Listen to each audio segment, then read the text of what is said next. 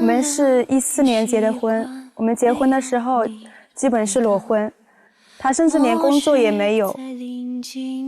他总是抱怨我没有工作，但是我为了他回来放弃了工作，希望他多理解我。我想尽一切办法的加班，就是为了能让我们生活过得不那么拮据。可是他整天游手好闲，没有一个男人的担当。虽然我没上班，但我一直在家里面安心的照顾他，但是他把所有不对的事情都归咎到我身上，觉得所有的事情都是我的错。本来就是他不对，他却还居然动手打我，这让我特别的寒心。现在我就想跟他离婚。听到最后的时候，突然发现问题很严重，因为在这个家庭当中已经出现了家庭暴力。让我们掌声请出这对夫妻，掌声有请。男嘉宾小兵26岁，来自湖南无业；女嘉宾小郭27岁，同样来自湖南，是一名客服。来，有请两位，有请。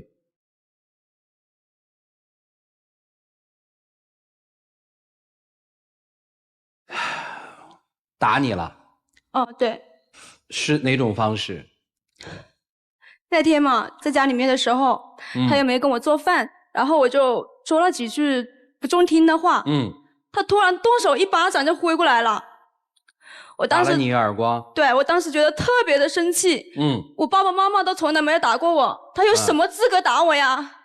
是打了吗？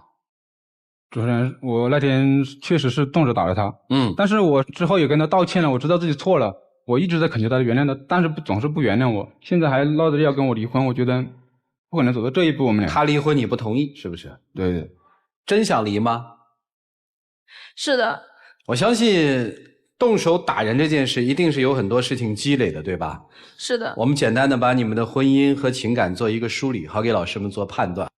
小片里面说是14年结的婚是吧？我们是14年的11月份结的婚。啊哈，还不到2年。当时我们结婚的时候基本上就是裸婚，没有买房，也没有车。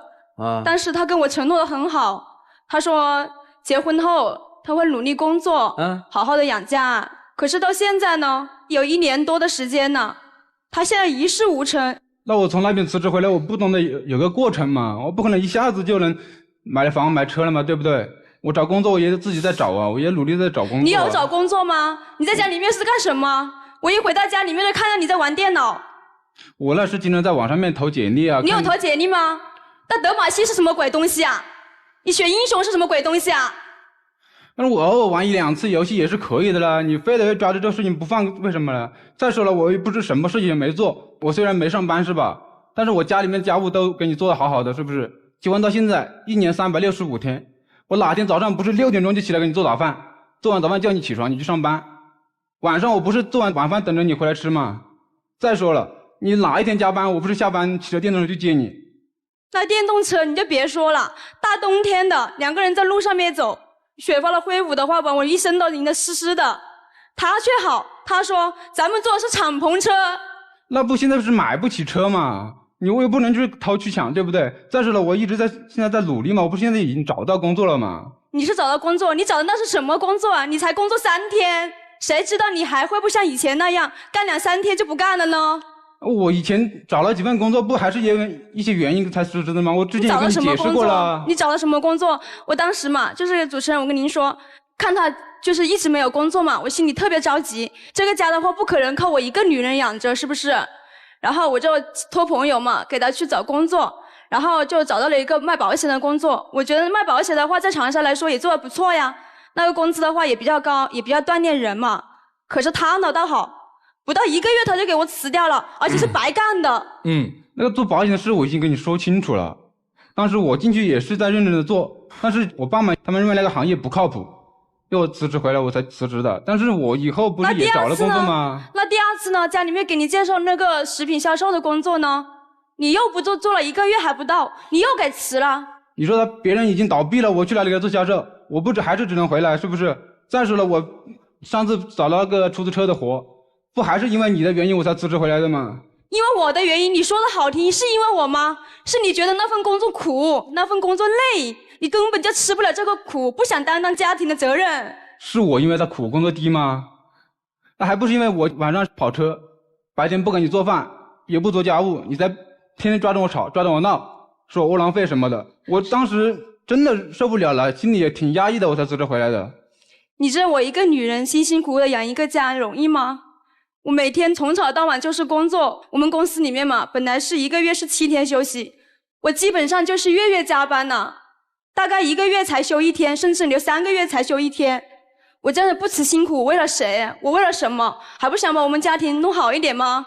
在2015年年底的时候嘛，就发现自己怀孕了嘛，当时真的特别的开心，感觉自己要做妈妈了，我觉得这是天大的喜事。但是我觉得同时的话压力很大，我当时就想，我要给宝宝一个美好的未来，我要让他喝上好的奶粉，穿上漂亮的衣服。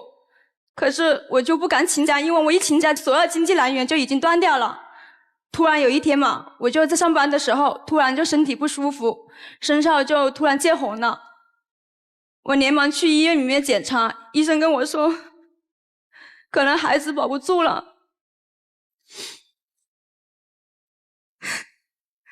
我当时感觉天都快塌下来了。对于一个女人来说，孩子是多么重要的，在家庭里面来说，孩子也是。理解。孩子没保住是吧？对，当时可能他也确实压力太大了，但是孩子没了，我也很伤心，我也很难过，对不对？但是我也想当一个父亲啊。但是你不能把那个孩子没了，他有很多因素的，你不能把所有的错都怪在我头上啊。那不是你的错吗？要是你没有照顾好我，你们要承担一个男人的责任。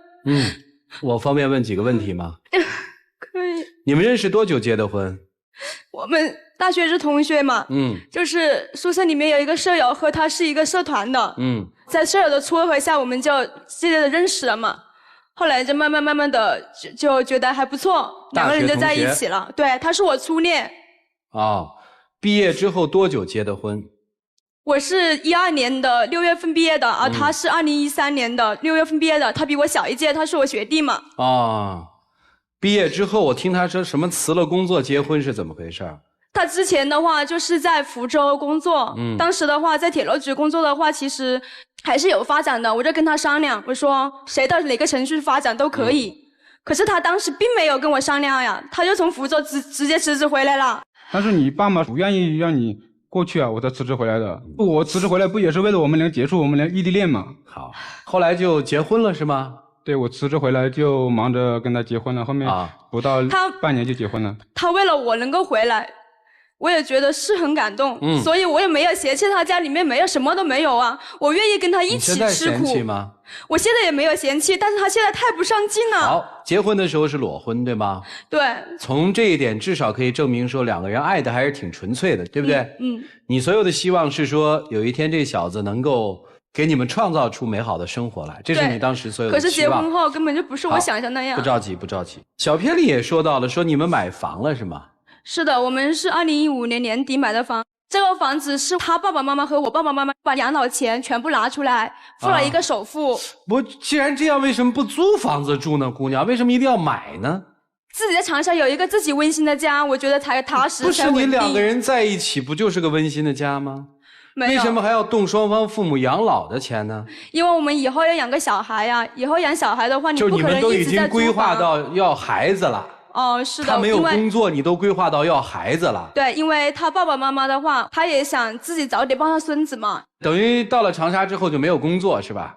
之前零零散散的做过一段时间的工作，但是你愿意在家里面做家庭主妇吗？就是像你说的，每天早上6点钟起来给他做饭，他每天下班加班你都去接他，晚饭都是你做，你愿意这样做吗？我也不是说不愿意做，你愿意做吗？我挺愿意做的，但是我家里照顾挺周到的。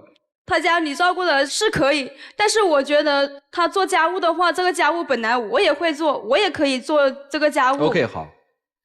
接下来我们说说你工作的事儿，是不想找工作，就觉得其实在家里这样还是挺舒服的，还是确实说我找一工作我自己觉得干不下去？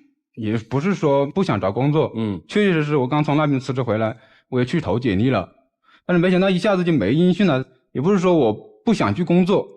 你要是3年找不到合适的工作怎么办？那我们不就饿死了吗？那不逼着你有个过程吗？我不可能一下子就给你丰厚的物质生活，对不对？我也要奋斗啊！你为什么就老是看不到我的好？主持人，我跟您说，他现在自从我流产之后，他对我整个人就变了，变得对我冷淡了。每次一回到家里面，他虽然是把饭菜放在桌上面给我摆好了，他一个人就在房间里面去玩电脑去了，他也不跟我沟通。我们2个人在房间里面就像一个陌生人一样。那也不是我不跟你沟通啊，那是没办法沟通啊。你看主持人，我们说一个很简单的事情，我现在是没有稳定的工作，没有稳定的收入，我在家买个菜做个饭是吧，总得要点钱吧。一说到钱你就对我大吼大叫的，骂我窝囊废啊，什么白吃白喝什么之类的话。他真这么说你吗？他老这么说我。你觉得一个男人伸手向女人要钱，你觉得光明正大吗？你觉得你还是好意思向女人要钱吗？对，我是觉得窝囊。你是打算离婚对吗？是的。房子是双方父母付的首付是吧？对。离婚之后房产怎么处理？离婚之后反正就是我们双方父母嘛，还是把钱还给父母嘛。房子呢？房子的话现在还在那里啊，如果有人可以卖出去的话，我觉得我愿意卖出去。这方案你接受吗？我不接受，我没打算跟他离婚。一定要离是吗？是的。是因为他不上进，并且还打了你，对吗？除了这2个原因以外，最后就是我觉得我们唯一的孩子他都没有保得住，我觉得这太不是一个男人的担当了。那不我们现在已经生活已经慢慢变好了吗？已经有房了，我也已经工作了，我们也没有到的那个离婚的地步啊，你干嘛就非得跟我离婚啊？但是我一直在祈求你的原谅，你到现在也不肯原谅我。我想很客观的说，其实孩子没有了，对于对夫妻来说是一个共同的创伤性事件。女生认为说孩子没有了是因为这个男人不够担当，所以没保住孩子。男生认为说其实这不是一个孤立的事件，孩子没有了我也很难受，为什么你不抚慰我？后来在这种重压之下，女生会变得越来越唠叨，口不择言的去羞辱他。其实我也只想激励他一下，可是他激励的结果却这样子的。那就是说你采用了外人看来羞辱的方式去激励他，比如说骂他吃软饭的窝囊废什么的，是吧？男生在这种情绪下实在受不了了，打了他。对，女生说那都这样了，我们还是别过了。好了，那老师们怎么说呢？我们一起进入丘比特问卷。你们俩的这个问题呢，我个人觉得其实比较简单。男方在女方的这个意识形态里，他是不能够扮演一个家庭里男主人的一个角色。对，他就像那个男保姆一样，现在在家里面一事无成。我能理解您的这个心情，但是呢，我觉得刚才主持人说的有一点是我认同的，就是当孩子没了的时候，不只是你伤心，作为男孩子来讲呢，他一样也非常的沉痛。只不过因为你爆发的相对比较明显，所以你忽略他那种感受，而且你把责任推向他。你真的是今天想来跟他离婚的吗？真的吗？那如果你要真想跟他离婚的话，你就得意识到这么一个问题。世界上还有很多男人像他一样，并不能带给家里很多的一些收入上的支撑，但是依然在家里游手好闲。至少这个男人在很多的层面上，他还能够为这个家庭做出一些努力，来弥补他在某些方面的不足。我们换一个场景，你又有了一次婚姻，那个男人可以往家里拽很多的钱，但是不顾家，你依然还会有很多的抱怨。夫妻之间很多的问题，就像深水里边的杂草和礁石，每个夫妻都有。只不过呢，有的时候湖面上是一潭湖水，小风吹过来浮萍随来而去，还挺唯美的，这是好的婚姻。但是并不代表静水流深的底下没有任何的一些暗礁。水是什么？水是代表的一种智慧。当你们的小河里出现干涸，水没有了的时候，杂草和礁石就浮现出来了。所以你们之间缺乏解决问题的一种方法。姑娘，如果你真想离婚，你就这样闹，一准能离。其实我本意并不是这样的，我只想激励他，让他上进。好，你先告诉我，你到底想离不想离？其实我本意是想刺激他的。那我可不可以理解你是不想离婚的？如果你不想离婚的话，就不要做离婚的事情。你所有的语言，所有对他的这种攻击，都会造成离婚。当有一天你们真离婚的时候，你忽然发现这不是我想要的一个结果呀，那你不是很傻吗？如果你真的不想离婚，不要把话说得这么绝，也不要把事情呢做得这么极端，给他留一些空间。激励和宣泄怨气的方式和语言是不一样的。我们激励别人是告诉你你有优点，只不过你现在呢可能没有找到，没有实现，这是一种鼓励。但是你不是，你完全的是一种攻击。如果不离婚，就不要说出这样的话，也不要做这样的事情。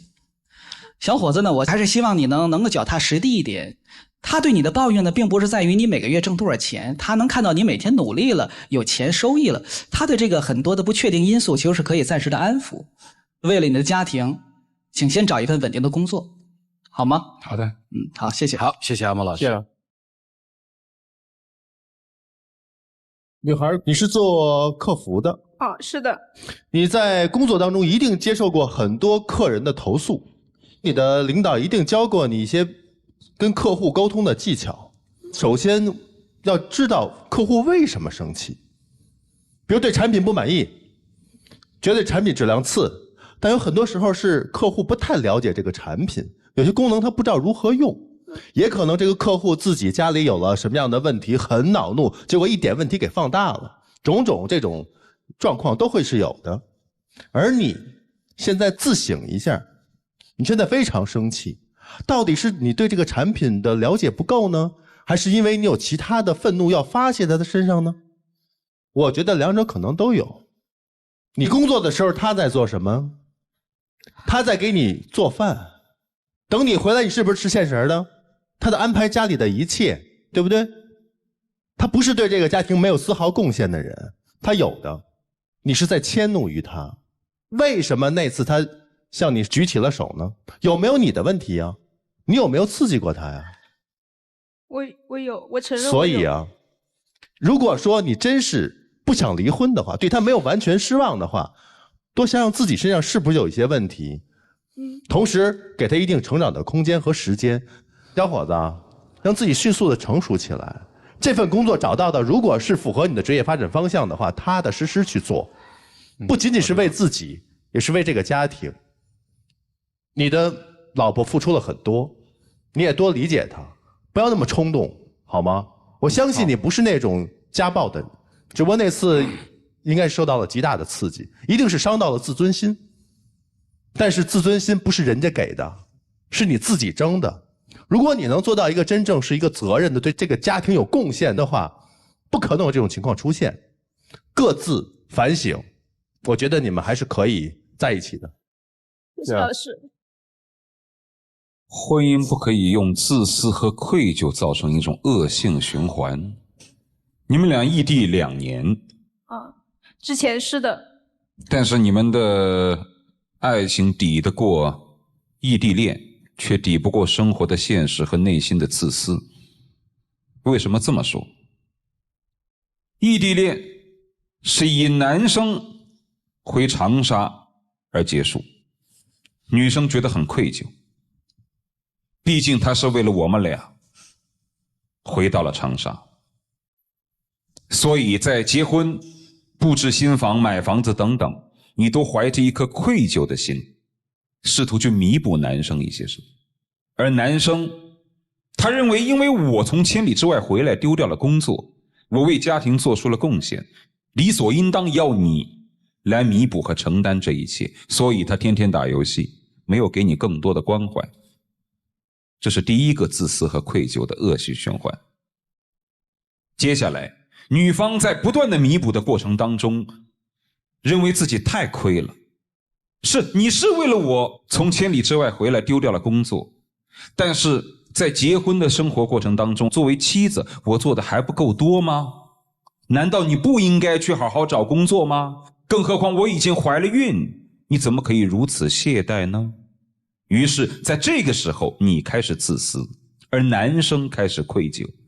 他不断的在家里做活，不是他不想找工作，可能确实难找，但是从此他以一个家庭妇男的方式来弥补自己内心的愧疚。所以说你们是自私和愧疚的内部的恶性循环，都觉得自己亏，都觉得自己付出了，但却无视于别人的付出。所以我只想说，仓促的结婚本来就是个错，如果仓促的离婚就是错上加错，如果仓促的离婚之后还要更加仓促的再婚，那就是执迷不悟的错误。不要觉得自己活得很亏，大家伙都是以家庭的利益为最高利益。我们所有人为家庭当中的付出，不会去比谁付出的多，谁付出的少，因为一切都是为了这个家。你们对这个家庭所有付出的，最后家庭回馈给你们的是更多的温暖，不可以比谁付出的多，谁付出的少。付出的多的人不可以坐享其成，付出的少的人也没有必要太过于愧疚，努力的去做就可以了。彼此之间舔舔对方的伤口，看看对方的付出，互相鼓励。如果还觉得自己活得很亏，那就不要在一起过了。就这样。谢谢老师。谢老师。兄弟，赶紧找工作，玩命上进去吧，因为咱们不是还想要这段婚姻吗？最后提醒电视机前的女性朋友，有一种激愤型的这个家暴，它这算激愤型的，不要去找那个东西。我们反对家暴，但是我们也告诉女性朋友说，千万不要去激怒、过激。我相信那天你的语言可能真的羞辱她了。好了，时间留给你们自己吧，一起进入黄金60秒。老婆，我知道我以前确实没一个好男人担当，在家里面也让你受了不少的委屈，但是现在我确实也在努力的改变了，我会踏踏实实的工作的，为你减轻家庭的负担，希望你能原谅我。之前也确实是我做的不对，你一个男人确实是应该有尊严，我当时那样刺激你，我觉得我确实做的不对。我听老师说的时候，我特别的觉得后悔，我不应该那么刺激你，我觉得我就没有找到怎么激励你的方法。没事，我们以后一起努力，好好的生活。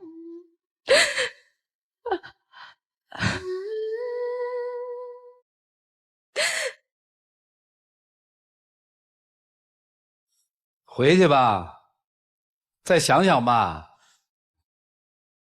哎，来，请关门。一对夫妻面对生活的琐碎，引来了情感上面大的波折和波动。电视机前的观众朋友，欢迎大家登录优酷土豆、腾讯视频、搜狐视频、乐视网、PPTV、距离爱奇艺收看我们节目的完整内容。下面就来看一看这对夫妻，他们呈现出一种怎样的状态。请开门，请开门。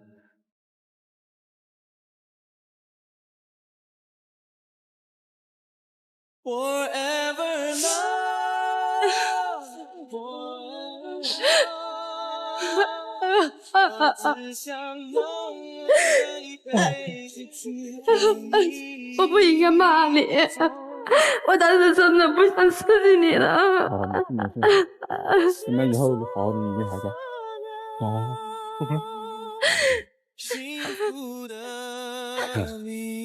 其实今天相当于我们3位老师帮他们做了一个15年孩子没有之后的应激事件的一个调整。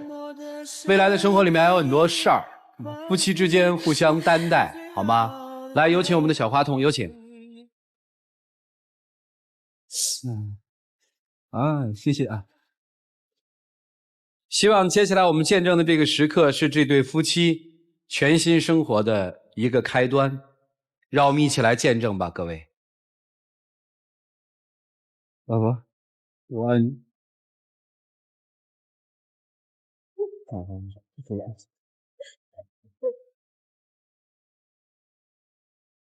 非常。